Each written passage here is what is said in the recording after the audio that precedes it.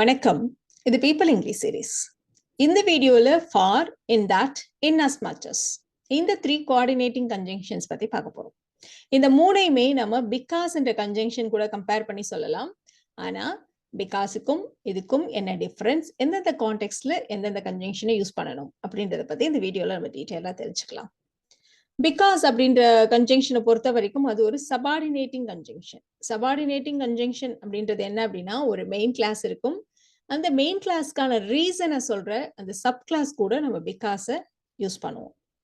But coordinating கன்ஜங்ஷனை பொறுத்த வரைக்கும், for பொறுத்த வரைக்கும் ரெண்டுமே மெயின் கிளாஸ், ரெண்டுக்குமே நம்ம ஈக்குவல் இம்பார்ட்டன்ஸ் கொடுத்து சொல்றோம். அப்படிங்கிறப்பதான் நாம அதை கனெக்ட் பண்றதுக்கு இந்த ஃபார் பிகாஸ் மாதிரியான அர்த்தத்துல யூஸ் பண்ண போறோம்.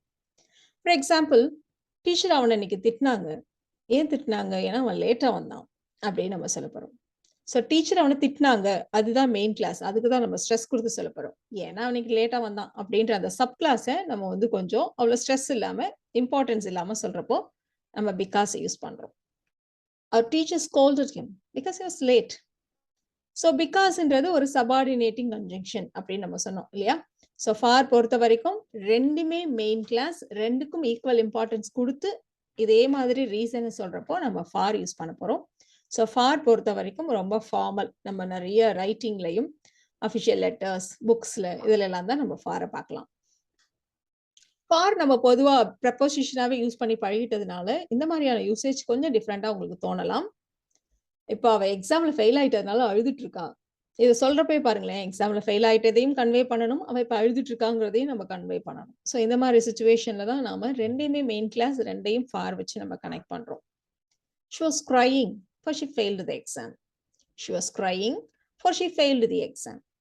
பட் ஸ்போக்கனை பொறுத்த வரைக்கும் இது அப்படியே பிகாஸ் வச்சு சொல்றதுனால ஒரு தப்பும் இல்லை. She was crying because she failed the exam அப்படின்னு சொன்னாலும் அதே அர்த்தம் தான்.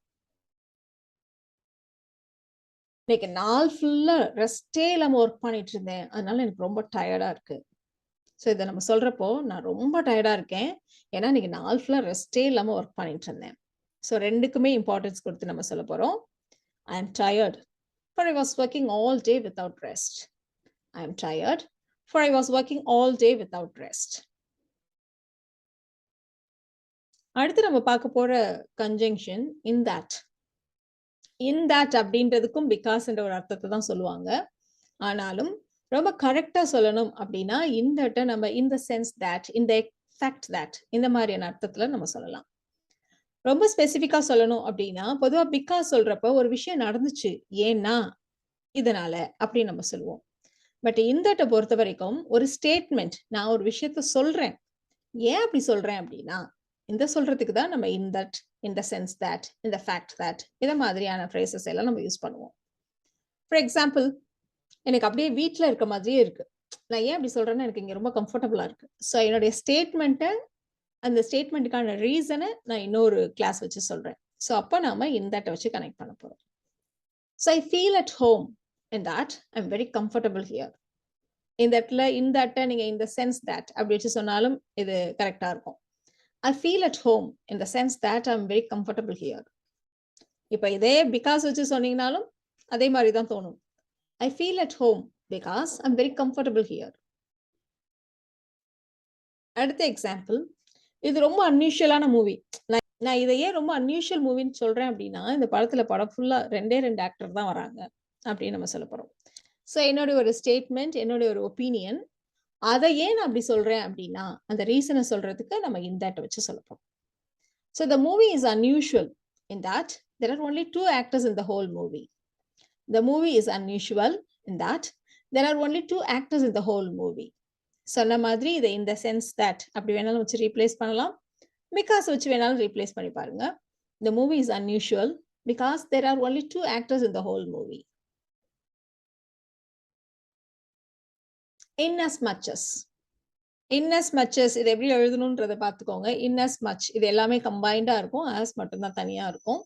இதை நம்ம அப்படியே insofar as அதை மாதிரி வச்சு ரீப்ளேஸ் பண்ணலாம். ஸோ இதையும் நம்ம in that மாதிரியே நம்மளுடைய ஒரு ஸ்டேட்மெண்ட், அதை ஏன் அப்படி சொல்றேன்னா அப்படின்ற மாதிரியான அர்த்தத்துல யூஸ் பண்ணுவோம். அதுலயும் ரொம்ப ஸ்பெசிஃபிக்கா சொல்லணும் அப்படின்னா இந்த அளவில், டு த எக்ஸ்டென்ட் தட், அந்த மாதிரியான ஒரு அர்த்தத்துல தான் inasmuch as யூஸ் பண்ணுவோம். insofar as மாதிரியே inasmuch as.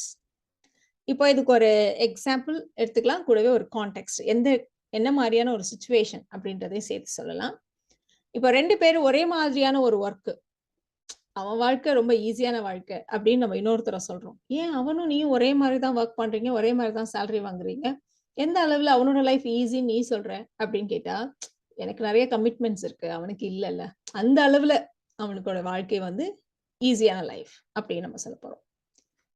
He has an easy life in as much as he doesn't have many commitments. So அவனுக்கு வந்து நிறைய பொறுப்புகள் இல்லைங்கிற அளவுல அவனோட லைஃப் வந்து ஈஸியான லைஃப் அப்படின்னு சொல்றது தான் நம்ம இந்த இடத்துல inasmuch as அப்படின்னு நம்ம சொல்றோம். பட் இதையே நம்ம பிகாஸ் வச்சு சொன்னாலும் இதே அர்த்தம் இல்லைன்னா கூட ஆல்மோஸ்ட் சிமிலர் மீனிங் தான் வரும் இல்லையா? He has an easy life because he doesn't have many commitments. இது நம்ம ரொம்ப சிம்பிளா நார்மலா சொல்ற மாதிரியான ஒரு சென்டென்ஸ், அவ்வளவுதான் டிஃபரன்ஸ். ஒரு ஆக்சிடென்ட் ஆயிடுச்சு, நல்ல வேளை நாங்க லக்கி.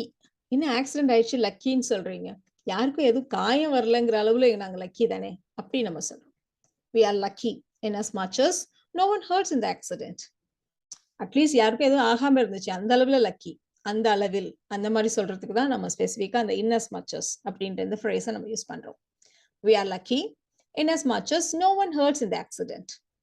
Of course, because வச்சு ரீப்ளேஸ் பண்ணாலும் இதுல ஒன்றும் பெரிய டிஃபரன்ஸ் வரப்போறது இல்லை. என்னதான் ஸ்பெசிஃபிக்கா நம்ம சொல்ல வேண்டிய அந்த மீனிங் இல்லைன்னா கூட நம்ம சாதாரணமா பிகாஸ் வச்சு இதை சொல்ல முடியும். We are lucky because no one hurts in the accident. ரொம்ப சிம்பிளா இருக்கு, அவ்வளவுதான் இல்லையா? inasmuch asங்கிறது ரொம்ப ஸ்பெசிஃபிக்கா இருக்கு, அந்த அளவுல நாங்க வந்து லக்கி அப்படின்னு சொல்றதுக்கு தான் நம்ம inasmuch as இந்த இடத்துல யூஸ் பண்றோம். ஸோ இந்த வீடியோல நாம for, in that, inasmuch as இந்த 3 கோஆர்டினேட்டிங் கன்ஜங்ஷன்ஸ் எந்த இடத்துல எப்படி யூஸ் பண்ணணும்ன்றதை தெரிஞ்சுக்கிட்டோம். இந்த வீடியோ உங்களுக்கு யூஸ்ஃபுல்லா இருக்கும்னு நினைக்கிறேன். Thank you so much.